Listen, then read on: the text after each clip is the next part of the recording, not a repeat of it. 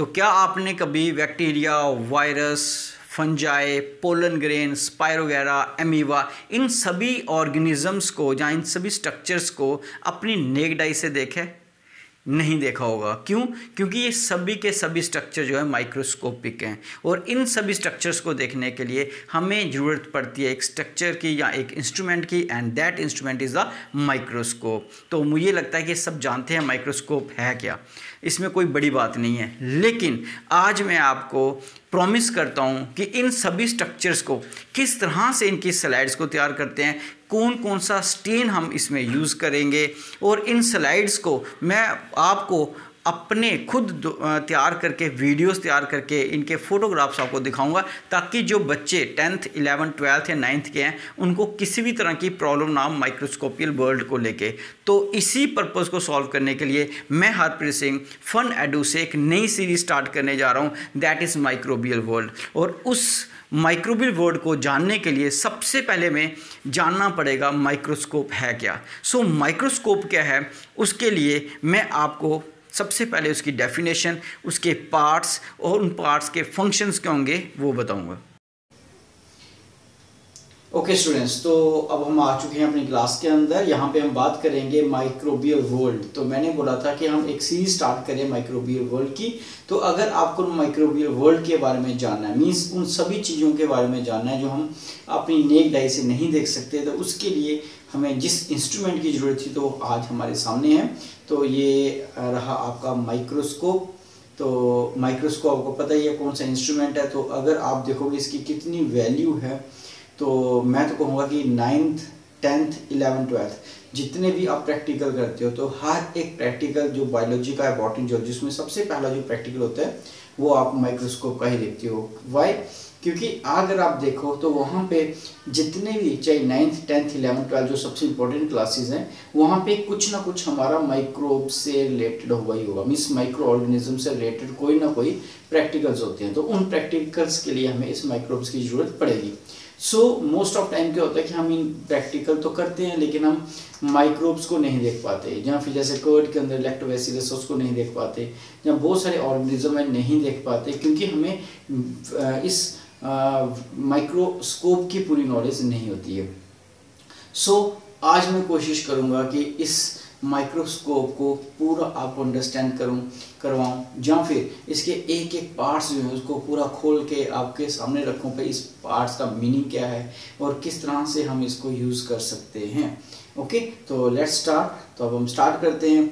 तो सबसे पहले बात करेंगे इसकी डेफिनेशन की कि है क्या ये microscope. So microscope is an instrument, जैसा आप देख रहे हो, तो it is an instrument which is use to see the micro organisms. So हम माइक्रो ऑर्गेनिज्म को देखने के लिए इस इंस्ट्रूमेंट को यूज़ करते हैं।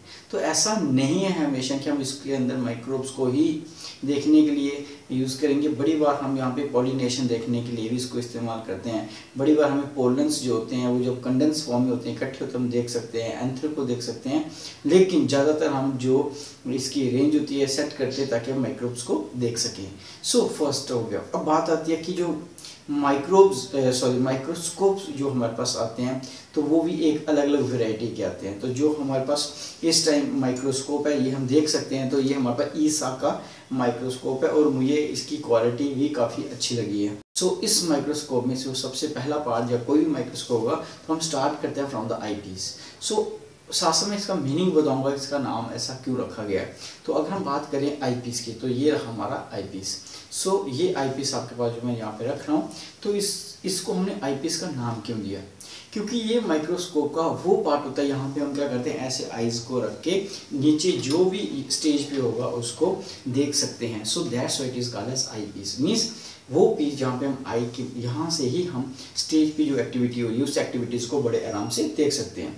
Okay, so this is the eyepiece. तो अगर हम आई पीस की बात करें तो इस यहाँ पे हमारे पास जो आई पीस होते हैं ज़्यादातर 10x और 15x का होता है। तो यहाँ पे जो लेंस यूज़ करते हैं वो लेंस हमारा 10x और 15x, मीन्स जो भी हम स्टेज पे चेयर को रखेंगे वो यहाँ पे इस लेंस की मदद से 10 मल्टीप्लाई मीन्स कि जितना नीचे लेंस होगा उससे आप इसको मल्टीप्लाई कर देंगे। अगर नीचे 10x है तो ये भी 10x है, तो मतलब जो भी चीज़ स्टेज पे रखी है वो आपको 100 टाइम ज़्यादा बड़ी दिखेगी। ओके, सो यहाँ पे एक लेंस आ गया। इसी तरह से हमारे पास 15x का भी लेंस है, तो हम इस रेंज को बढ़ा भी सकते हैं। ओके, तो यहाँ पे मुझे थोड़ा सा अच्छा ये लगा कि इसके ऊपर एक आप बोल सकते हो रबर है जो इसके ऊपर कवर है, और यहाँ पे हमारी जो आइज़ है वो फिट हो सकती है, और इसका जो रेंज है वो वाइड एंगल बनता है, मतलब ज़्यादा चीज़ें हम बड़े क्लियर से देख सकते हैं, और यहाँ से जो बाहर से लाइट आती है वो भी प्रॉपरली नहीं आ पाएगी। तो दिस इज़ द फर्स्ट। उसके अगर हम बात करें सेकंड, तो हमारे पास ये जो पोर्शन है, ये जो पोर्शन हम इसको क्या बोलते हैं, this portion is called as, ये जो pipe like structure this is called body, हम इसको क्या बोलते हैं, ये हमारा जो पार्ट है this part is called body. तो ये बॉडी कोई आप कई बार सोचते हैं इसके अंदर पता नहीं क्या होगा, तो कुछ नहीं है, ये भी हमारे पास जो पाइप की तरह स्ट्रक्चर्स होते हैं, जैसे स्टील की पाइप होती है वैसा ही स्ट्रक्चर, उसके अंदर कुछ भी जादू मैजिक नहीं है। क्योंकि बच्चे सोचते हैं इसके अंदर क्या है, कुछ नहीं है, सिर्फ लेंस। आप घर पे भी इसको बना सकते हो। सो ये आप देख सकते हो बिल्कुल हॉलो है। तो ये जो स्ट्रक्चर दिख रहा है this is a hollow structure, pipe से बना हुआ है hollow structure, and it is called body. तो हम इसको बॉडी बोलते हैं। जैसे हमारी बॉडी आ गई, ये आई पीस आ गया, तो बॉडी से ही हम इसको कोशिश करेंगे लर्न करने की।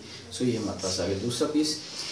उसके अगर हम यहाँ पे देखेंगे तो इस बॉडी के साथ क्या अटैच होता है, सो ये अगर आप देखोगे ये हमारी क्या आ गई, आर्म्स आ गई। तो इसी तरह से इसकी भी क्या है, ये आर्म है। So this portion is called arm. So जो आर्म है वो क्या करता है, बॉडी के साथ अटैच है। तो बॉडी के साथ एक साइड ये बॉडी के साथ अटैच है, और दूसरी साइड देखोगे तो ये स्टेज के साथ भी अटैच है। ओके, सो आर्म, और आर्म के अंदर अगर हम दो चीज़ देखें, एक और ये दो, सो ये दो एडजस्टमेंट है। मैं साइड से भी दिखाऊंगा आपको। सो इस साइड से हम देखेंगे तो ये हमारे पास एक और ये दो, तो ये दो हमारे पास एडजस्टमेंट है। एक एडजस्टमेंट होती है दैट इज कोर्स एडजस्टमेंट, जो ऊपर वाली दिख रही है। So this is the course adjustment. So this adjustment is a course adjustment, जिससे क्या होगा, आप कोई भी स्लाइड जो स्टेज के ऊपर रखी है उसके पास जा सकते हो। तो मीन्स उसके पास जाना है, वहाँ पे उसको आपको फिक्स करना है, तो उस तक पहुँचने के लिए सो ये हम कोर्स एडजस्टमेंट को यूज़ करते हैं। और अगर आपको उसी चीज़ को क्लियर करना है, ब्लर आ रही है, तो उसके लिए हमारे पास यहाँ पे फाइन एडजस्टमेंट होती है। ओके, तो ये फाइन एडजस्टमेंट आ गई। तो अगर आपने पुराने टीवी, हमारे टाइम में टीवी होते थे ब्लैक एंड वाइट, तो उसमें क्या होता था, हमारे पास एक चैनल चेंज करने के लिए वो एक कोर्स एडजस्टमेंट ही होती थी। टक टक टक करते थे, जलंधर पहुँच गए, टक टक किया दिल्ली पहुँच गए, फिर वहाँ पे हमें थोड़ा धुंधला धुंधला दिखता था। उसके अंदर ही चैनल में थोड़ा आप घुमाते थे तो वो क्लियर हो जाता था। सेम यहाँ पे भी ऐसा ही है। तो अगर हमें जलंधर से दिल्ली पहुँचना है तो हमें कोर्स एडजस्टमेंट को यूज़ करना है, और वहाँ पे अगर आपको ब्लर है तो उसको क्लियर करना है तो हम फाइन एडजस्टमेंट को यूज़ करेंगे।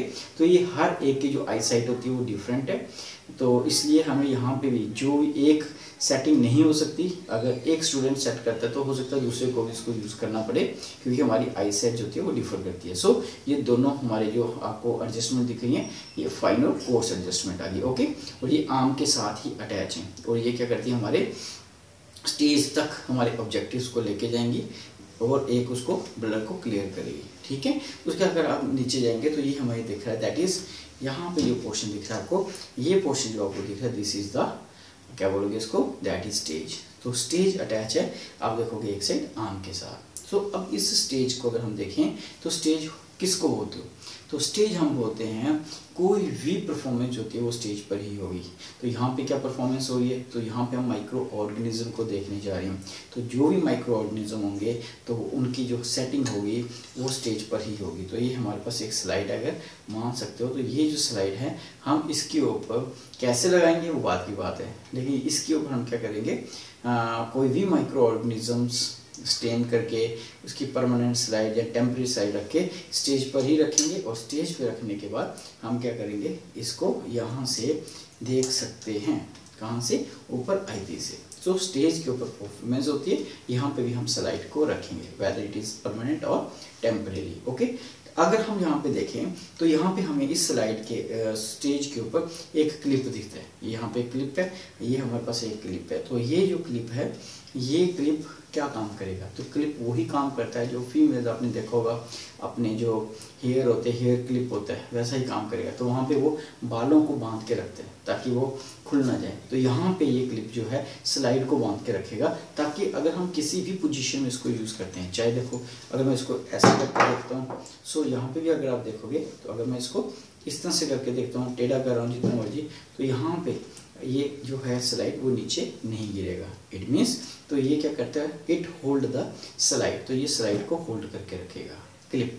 इसके साथ अगर हम यहाँ पे देखेंगे तो हमारे पास क्या है, यहाँ पे एक थोड़ा सा आप देखोगे हमारे पास एडजस्टमेंट है, वर्टिकल और हॉरिजॉन्टल। मीन्स इस स्लाइड को हमें आगे पीछे करना है तो उसके लिए हमारे पास यहाँ पे 2 एडजस्टमेंट्स हैं, ठीक है, वर्टिकल एंड बोल सकते हो हॉरिजॉन्टल। दोनों अलग अलग तरह से हम स्लाइड को आगे पीछे कर सकते हैं जब भी हमें स्लाइड को देखना होगा तो नहीं तो पहले जो हमारे पास माइक्रोस्कोप आती थी तो उसमें हमें हाथ से ही इसको आगे पीछे करना पड़ता था, लेकिन अब थोड़ा सा एक नया एक इसमें एड ऑन हो गया, एक फीचर जिसमें हम इसको यहाँ से नीचे से आगे पीछे कर सकते हैं।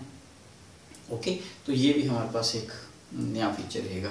इसके बाद अगर हम देखें तो नीचे यही आर्म जो है नीचे अटैच है किसके साथ, फीट के साथ। तो ये जो फीट है, फुट देख रहे हो नीचे, तो ये फुट क्या करेगा, ये वही काम करता है जो हमारे फीट करते हैं। क्या काम करते हैं, तो वो हमें खड़ा रखने में मदद करते हैं। ओके, तो हम उसी की मदद से खड़ा रह पाते हैं। तो इस माइक्रोस्कोप को भी सपोर्ट प्रोवाइड होती है इस फीट की तरफ से।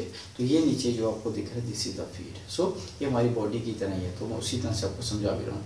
उसके अलावा यहाँ पे हमारे पास होता है कोर्स एडजस्टमेंट। तो नीचे अगर आप देखोगे यहाँ पे हमारे पास कोर्स एडजस्टमेंट है, और उस कोर्स एडजस्टमेंट के नीचे भी एक एडजस्टमेंट लगी हुई है जिसकी मदद से हम क्या कर सकते हैं, इस जो नीचे हमारे पास स्टेज के ऊपर बोलोगे एक छोटा सा होल है, यहाँ से लाइट ऊपर पास ऑन होती है, तो उस लाइट को एडजस्ट कर सकते हैं with the help of course नीचे जो हमारा एडजस्टमेंट है।